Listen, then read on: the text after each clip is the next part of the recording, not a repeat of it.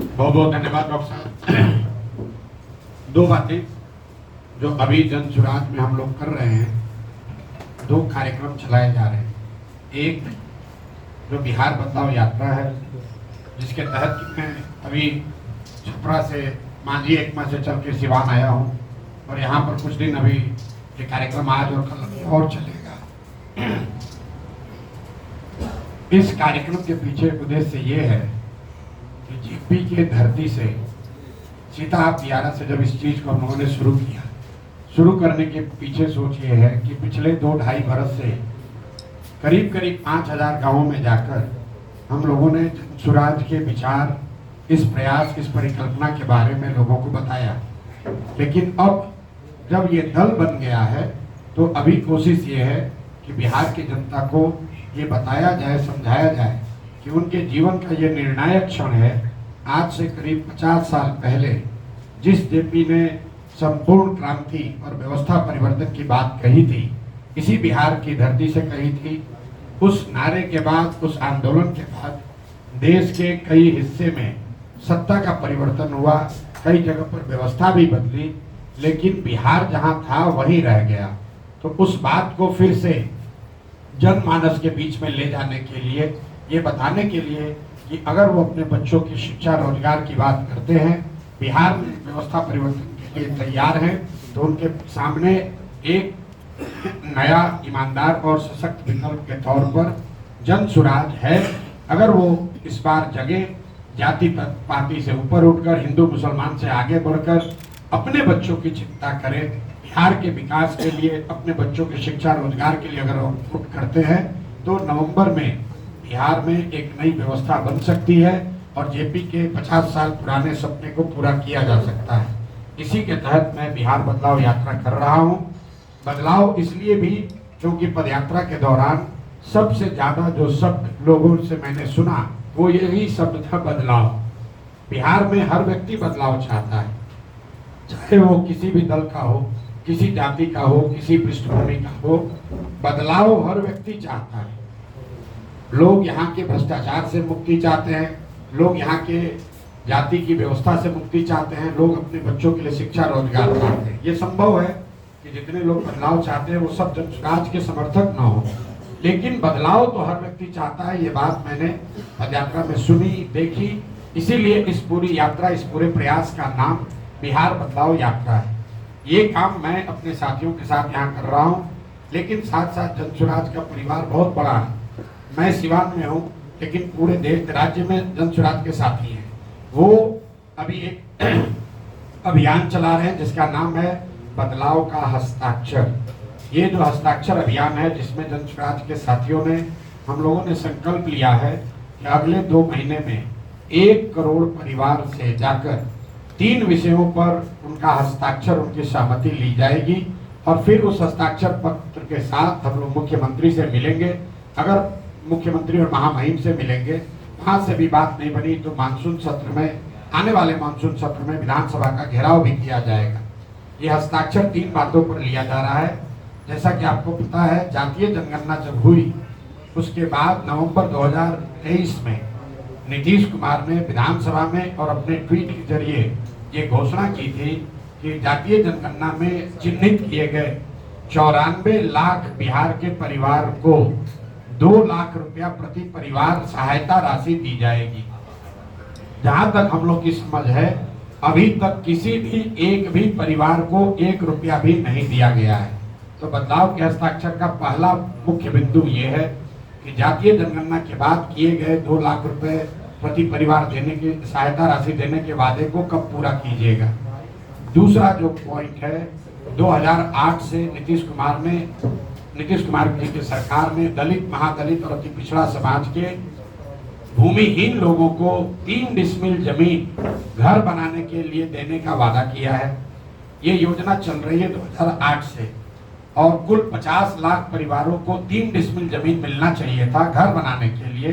सरकारी आंकड़े के हिसाब से अभी तक सिर्फ 2,34,000 परिवारों को ही ये 3 डिसमिल जमीन मिली है। सिवान भी उससे अछूता नहीं है। इसमें भी 2,34,000 जिन लोगों को पिछले 15 साल में जमीन मिली, इसमें भी प्लानिंग कमीशन का, नीति आयोग का जो रिपोर्ट बता रहा है 1,20,000 परिवार ऐसे हैं जिनको सिर्फ जमीन कागज पर ही मिली, अभी तक उनको पोजेशन उसका नहीं मिला। तीसरी बात, जो भूमि सर्वे हो रहा है पिछले 4-5 वर्षों से आप देख रहे हैं कि लैंड डिजिटाइजेशन और भूमि सर्वे के नाम पर बड़े पैमाने पर समाज में लोगों को परेशान किया जा रहा है, उनसे धन की उगाही की जा रही है। हजारों करोड़ रुपए लोग दाखिल खारिज के नाम पर, वंशावली बनाने के नाम पर, जमाबंदी के नाम पर लोग मजबूर हैं अधिकारियों को देने के लिए। ये सब किया क्यों जा रहा है कि लैंड का डिजिटाइजेशन होगा। सरकार का भी रिपोर्ट आया है, फरवरी महीने तक 4 वर्षों तक इस लूट के बाद सिर्फ 20% जमीन का ही सर्वे और लैंड डिजिटाइजेशन का काम पूरा किया गया है। तो इन तीनों विषयों को लेकर जन सुराज के साथी पूरे बिहार में जाकर लोगों से मिल रहे हैं और उनका हस्ताक्षर ले रहे हैं। इसकी शुरुआत मैंने खुद से नीतीश जी के गांव कल्याण बिघा से की। उस पंचायत में हम लोग गए, वहां पर लोगों से सिग्नेचर लिया। नीतीश जी के अपने पंचायत में नालंदा में लोगों ने इस तीनों बात की ताकीद की कि उनको अभी तक 2 लाख रुपए नहीं मिले हैं। ज्यादातर भूमिहीनों को 3 डिसमिल घर जमान बनाने के लिए जगह नहीं मिली है। और कोई भी व्यक्ति हो बिहार में, अगर उसके पास जमीन है तो जमीन संबंधित मामलों में उसको घूस देना पड़ रहा है। आपने मीडिया के जरिए ये भी देखा होगा कि नीतीश जी के अपने पंचायत में कल्याण बिघा में जब हम लोगों ने जाने की कोशिश की तो पुलिस प्रशासन ने रोक दिया। ये दिखाता है कि बाकी बिहार की बात छोड़ दीजिए, नीतीश कुमार के अपने गांव में भी इन 3 विषयों को लेकर ये स्पष्ट है कि लोगों को ये लाभ नहीं मिला है, या भ्रष्टाचार से जिस तरह पूरे बिहार में लोग परेशान हैं, वैसे कल्याण बिघा में नीतीश कुमार के अपने गोतिया भाई जातीय लोग भी उतने ही त्रस्त हैं।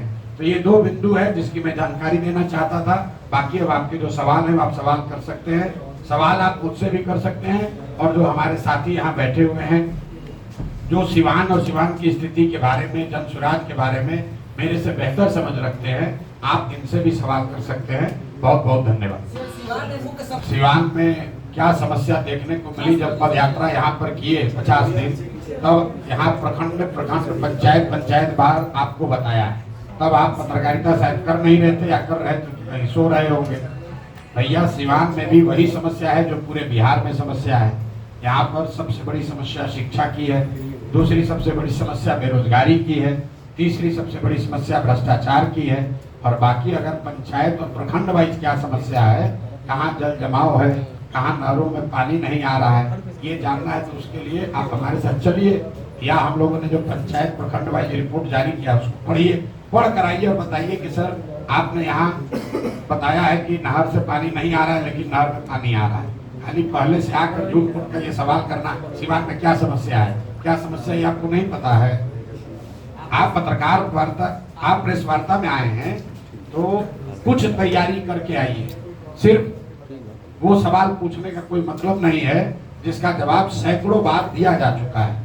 सर आप समस्या की बात कर रहे हैं, पूरे बिहार में समस्या है और एनडीए के लोग तो ये कह रहे हैं कि मोदी जी के नेतृत्व में और नीतीश कुमार के नेतृत्व में बिहार और देश आगे बढ़ रहा है। मोदी जी का दौरा है, कल परसों वो बिहार में ही रहेंगे और 20 जून को भी आएंगे, क्या कहेंगे इस पे आप? देखिए, मोदी जी प्रधानमंत्री हैं देश के, तो स्वतंत्र हैं, कहीं भी आ सकते हैं। लेकिन बिहार की जनता या देश की जनता ये समझती है कि मोदी जी ज्यादा वहीं जाते हैं जहां चुनाव रहता है। अभी इससे पहले महाराष्ट्र में चुनाव था तो मोदी जी महाराष्ट्र में दिख रहे थे, अभी बिहार में चुनाव है, बिहार में दिखेंगे। इसमें कोई दिक्कत नहीं है, लोकतंत्र है, सबको प्रचार करने का अधिकार है। दिक्कत 2 बातों से है। पहली बात कि जब आप बिहार में आ रहे हैं, अपने दल का प्रचार करने आ रहे हैं, तो कृपा करके बिहार की गरीब जनता के पैसे से आकर प्रचार मत कीजिए। हम लोग को आप कुछ दे नहीं रहे हैं तो बिहार की जनता का पैसा लेकर यहाँ पब्लिक मीटिंग क्यों कर रहे हैं। अभी मधुबनी में मोदी जी आए थे, सैकड़ों करोड़ रुपया खर्च करके पंचायत के जितने चुने हुए प्रतिनिधि हैं उनको बस से, गाड़ी से सुविधा देकर सरकार ने एक जगह इकट्ठा किया ताकि मोदी जी उनसे संवाद कर सके।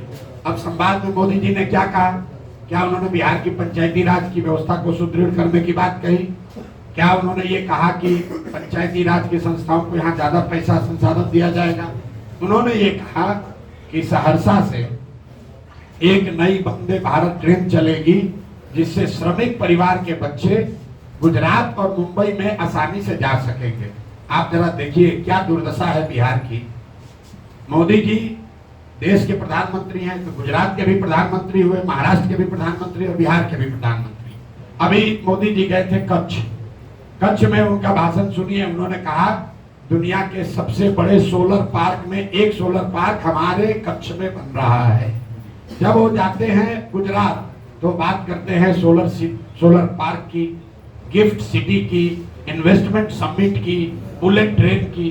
वही मोदी जी जब बिहार आते हैं तो हम लोग को कह रहे हैं कि हम लोग आपको ट्रेन देंगे ताकि आपके बच्चे यहाँ से बैठकर, श्रमिक परिवार के बच्चे यहाँ से बैठकर महाराष्ट्र और गुजरात जाएंगे फैक्ट्रियों में काम करने के लिए।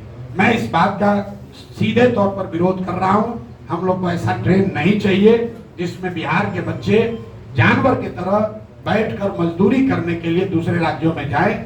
मैं उन लोगों में से नहीं हूँ जो ट्रेन की घोषणा पर ताली बजाता है। ट्रेन चलनी चाहिए, लेकिन ट्रेन इसलिए नहीं चलनी चाहिए कि बिहार के बच्चे उसमें मजदूर बनकर दूसरे राज्यों में जाएं। मोदी जी बिहार में आ रहे हैं तो उनको ये बताना चाहिए कि 1,25,000 करोड़ का जो पैकेज उन्होंने घोषित किया था 2015 में, वो पैसा उन्होंने बिहार को भेजा कि नहीं भेजा। क्योंकि 2015 के बाद बिहार में और देश में दोनों जगह मोदी जी की एनडीए की सरकार है। तो दो ही बात हो सकती है, या तो मोदी जी ने 1,25,000 करोड़ पैसा भेजा नहीं, या अगर भेजा तो उन्हीं की राज्य की सरकार ने, एनडीए के लोगों ने उसको लूट लिया। तो मोदी जी को पहले ये स्पष्ट करना चाहिए कि 1,25,000 करोड़ का हमने पूरे बिहार में देखा था। आरा में खड़े होकर मोदी जी ने कहा 50,000 करोड़ दूं कि 60,000 करोड़ दूं, 60,000 करोड़ दूं कि 80,000 करोड़ दूं, 1,25,000 करोड़ रुपया दूंगा। तो पैसा कहाँ है, कहाँ आया वो पैसा? सिवान के लोगों को कब मिला, छपरा के लोगों को कब मिला? और अगर नहीं मिला तो मोदी जी ने एनडीए के जो उनके साथी मंत्री हैं जो यहाँ मंगल काल की बात कर रहे हैं, उन लोगों ने अगर इसको लूटा है तो उस पर कार्रवाई क्यों नहीं कर रहे हो? क्योंकि यही लोग तो मंत्री है 2015 से, इन्हीं की सरकार है। तो मोदी जी आए, नई बात कहें, इससे अच्छी बात यह है कि हम लोग के पैसे पर प्रचार न करें। दूसरी बात, जो पहले कहा था उसका जवाब दे दे। और तीसरी बात, बिहार के लोगों को जीवन भर मजदूरी करने का साधन न दे, बिहार के बच्चों के पढ़ाई रोजगार की बात करें, यहाँ पर फैक्ट्री कैसे लगेगी ये बात करें। सिर्फ सड़क और ट्रेन से हम लोग का भला होने वाला नहीं है। सड़क बन जाएगा, उस पर बस में बच्चे जा रहे हैं बोरा की तरह लदा के दूसरे जगह पर मजदूरी करने। आप ट्रेन यहाँ से खोलते हैं, उस ट्रेन से बच्चे जा रहे हैं गुजरात में, महाराष्ट्र में मजदूरी करने के लिए। आप हमको, जितने आप पत्रकार हैं, आपको खुली चुनौती दे रहे हैं। आप मोदी जी का एक भाषण हमको गुजरात में सुनाइए जिसमें उन्होंने ये कहा हो कि गुजरात से एक ट्रेन चलेगी जिसमें श्रमिक, गुजरात के जो श्रमिक परिवार के लोग हैं वो बैठकर महाराष्ट्र और तमिलनाडु जाएंगे फैक्ट्रियों में काम करने। ये क्यों नहीं कहा? क्या गुजरात में श्रमिक नहीं है? गुजरात में गरीब लोग नहीं है? भाई, पूरे बिहार को लेबर का, मजदूर का फैक्ट्री बना लिया है। ट्रेन भेजो, बस भेजो और यहाँ से बच्चों को लाद कर 10,000 12,000 रुपया में मजदूरी करने के लिए दूसरे राज्य में ले जाएं। इसलिए इस बात का जनसुराज प्रशांत किशोर हम लोग पूरे तरीके से विरोध करते हैं। सर, पलायन रोकने के लिए आपके पास क्या कुछ व्यवस्था है, इसको बता दें सर। सर, आप बिहार दौरा पे ये बदलाव यात्रा पे निकले हुए हैं। बिहार की हालत ये है कि पटना का आपने देखा होगा कि सरेआम गोलियां चल रही हैं, लोगों की हत्याएं हो रही। बक्सर में कई लोगों की उसी जनसंहार कहा है, कई लोगों की हत्या हो, और लगातार पूरे बिहार का यही हाल है। लेकिन नीतीश कुमार उसके बाद भी कह रहे हैं कि कहीं क्या है, कहीं कुछ दिखाए, उनको आखिर कौन दिखाए? अभी कल भी गोली चली है छपरा में, एक वहाँ के पूर्व मेयर के प्रत्याशी को गोली मार दी। दो लोग, वो साथी हम लोग के साथ कुछ जुड़े हुए भी थे। मुझे याद है मैं जब छपरा में पदयात्रा कर रहा था तो उन्होंने रोटरी क्लब की एक बैठक भी, रोटरी क्लब के सदस्यों की एक बैठक भी हमारे साथ कराई थी। कल रात में भी मेरी बात हुई, पता चला गोली मार दिया गया 2 लोगों को। अभी पोस्टमार्टम हो रहा है, अभी डेड बॉडी आई नहीं। आपने कहा नीतीश कुमार कह रहे हैं, मुझे तो नहीं पता है नीतीश कुमार कुछ कह भी रहे हैं, क्योंकि नीतीश कुमार ने कुछ कहना और सुनना कई महीनों से छोड़ दिया है। कोई प्रेस वार्ता नहीं की है, कोई स्टेटमेंट जारी नहीं किया है। नीतीश कुमार शारीरिक और मानसिक तौर पर अब इस स्थिति में नहीं है कि वो कुछ भी कहें या करें। तो सर, नीतीश सवाल कुमार ये से है कि कुर्सी यहाँ पर, तक बिहार को चला कौन रहा है? हाँ मैं बता रहा हूँ, नीतीश कुमार कुर्सी पर बैठे हुए हैं और 4-5 उनके मंत्री, जिसका नाम मैंने रखा है उगाही मंत्री, 4-5 मंत्री और 4-5 रिटायर्ड ब्यूरोक्रेट, यही लोग मिलकर पूरी बिहार के सरकार को चला रहे हैं। 13 करोड़ लोगों का भविष्य इन 4-5-7 लोगों के हाथ में है, जिनकी कोई अकाउंटेबिलिटी नहीं है। कोई नहीं जानता है कि चला कौन रहा है। आपने ठीक सवाल पूछा। कोई नहीं जान रहा है कि भाई निर्णय कौन ले रहा है, क्योंकि नीतीश कुमार तो निर्णय नहीं ले रहे हैं। नीतीश कुमार की मानसिक स्थिति ये नहीं है कि वो निर्णय ले सके। मैं रोज कैमरे पर कह रहा हूँ, निर्णय लेने की बात छोड़िए, नीतीश कुमार कैमरे पर आकर अपने साथी मंत्री परिषद के सदस्यों का नाम तक नहीं बता सकते हैं। आप लोग जरा समझिए, ये कितनी त्रासद बात है। बिहार के किसी सामान्य परिवार का बच्चा, अगर आपको शिक्षक बनना है, अगर आपको सिपाही बनना है, आपको मेडिकल टेस्ट देना पड़ता है, आपका फिजिकल फिटनेस होता है, और 13 करोड़ लोगों का मुखिया शारीरिक और मानसिक तौर पर स्वस्थ नहीं है, लेकिन उस पर कोई सवाल नहीं उठा रहा है नीतीश कुमार। और ये पिछले कई महीनों से चल रहा है। उड़ीसा में आप लोगों ने देखा होगा, पटनायक साहब थे, एक सभा में उनका कांपता हुआ हाथ का वीडियो आया। 30 साल से ज्यादा मुख्यमंत्री रहे पटनायक साहब को उड़ीसा की जनता ने हटा दिया।